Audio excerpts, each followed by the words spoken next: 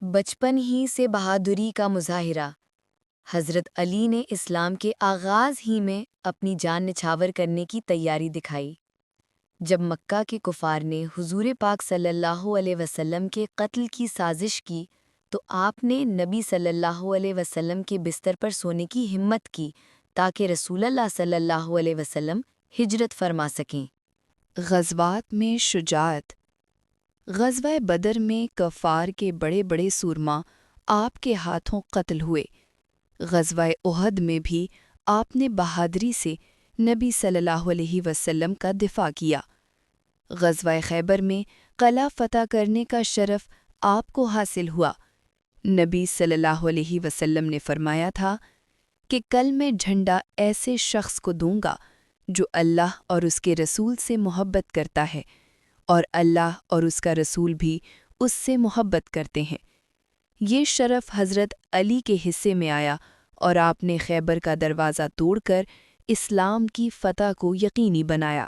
بہادری میں ضرب المثل حضرت علی رضی اللہ تعالیٰ عنہ کا لقب ہی اسد اللہ یعنی اللہ کا شیر مشہور ہوا۔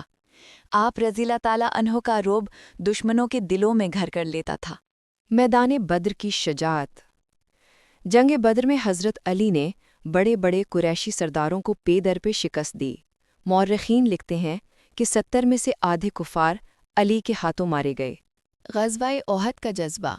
جب مسلمان میدان چھوڑ کر بھاگ گئے تو حضرت علی رضی اللہ عنہ نبی صلی اللہ علیہ وسلم کے ساتھ ڈٹے رہے اور اپنی جان کو ڈھال بنا دیا۔ کئی بار آپ پر لگے لیکن آپ پیچھے نہ ہٹے۔ خیبر کا معرکہ۔ خلاء خیبر کے دروازے کو ایک ہی وار میں اکھاڑ دینا آپ رضی اللہ تعالیٰ عنہ کی طاقت اور اللہ پر توکل کا ثبوت ہے۔ مورخین لکھتے ہیں کہ خیبر کا دروازہ کئی لوگ مل کر بھی نہ اٹھا سکے لیکن حضرت علی رضی اللہ تعالیٰ عنہ نے اکیلے اسے ڈھال کے طور پر استعمال کیا۔ صفین اور جمل کی جنگیں۔ دور خلافت میں فتنوں کے باوجود حضرت علی رضی اللہ تعالیٰ عنہ نے بہادری اور عدل دونوں کا مظاہرہ کیا۔ آپ رضی اللہ تعالیٰ عنہ نے جنگوں میں بھی امت کو تقسیم ہونے سے بچانے کی پوری کوشش کی۔ اللہ پر کامل بھروسہ۔ حضرت علی رضی اللہ عنہ کی بہادری صرف جسمانی طاقت نہیں تھی بلکہ یہ اللہ پر توکل اور ایمان کی پختگی کی وجہ سے تھی۔ وہ ہمیشہ کہتے تھے کہ جسے موت اللہ کے حکم سے آنی ہے اس سے ڈرنے کا کیا فائدہ۔ بچپن کی قربانی۔ ہجرت کی رات حضرت علی رضی اللہ عنہ کا بستر رسول صلی اللہ علیہ وسلم پر سونا ایک ناقابل فراموش مثال ہے۔ دشمن تلواریں لیے دروازے پر کھڑے تھے لیکن علی سکون سے سوئے رہے کیونکہ وہ جانتے تھے کہ یہ نبی کے دین کی حفاظت کا وقت ہے۔ غزوہ بدر کی شان۔ حضرت علی نے غزوہ بدر کے دن کئی نامی گرامی قریشی سورما جیسے ولید بن عتبہ اور شیبہ کو قتل کیا۔ آپ کا نام سن کر ہی دشمن کے قدم لرز جاتے تھے۔ غزوہ احد کا معرکہ۔ حضرت علی رضی اللہ تعالیٰ عنہ نے نبی کے گرد ڈھال کی طرح ڈٹ کر دشمن کے وار روکے۔ مورخین لکھتے ہیں کہ اس دن حضرت علی کے جسم پر 16 سے زائد زخم آئے مگر وہ پیچھے نہ ہٹے۔ خیبر کا کارنامہ۔ خیبر کے قلعہ کا دروازہ توڑنا صرف جسمانی قوت نہیں بلکہ روحانی طاقت اور اللہ کی مدد کا ثبوت تھا۔ آپ رضی اللہ تعالیٰ عنہ نے فرمایا، میں نے اپنی قوت سے نہیں بلکہ اللہ کے سہارے سے دروازہ اکھاڑا ہے۔ غزوہ خندق یعنی خندق کی لڑائی۔ اس جنگ میں مشہور پہلوان عمرو بن عبد ود خندق پار کر کے مقابلے کے لیے آیا۔ کسی کو اس کا سامنا کرنے کی ہمت نہ ہوئی۔ حضرت علی رضی اللہ عنہ آگے بڑھے اور چند لمحوں کے اندر اسے قتل کر دیا۔ اس وقت نبی کریم صلی اللہ علیہ وسلم نے فرمایا، علی کا ایک وار عمرو پر باقی دنیا کی عبادتوں سے بڑھ کر ہے۔ عدل کے ساتھ بہادری۔ حضرت علی رضی اللہ تعالیٰ عنہ کی شجاعت صرف جنگ میں نہیں بلکہ حق بات پر ڈٹ جانے میں بھی تھی۔ چاہے کوئی قریبی ہو یا مخالف، آپ رضی اللہ تعالیٰ عنہ نے کبھی انصاف اور حق پر سمجھوتا نہ کیا۔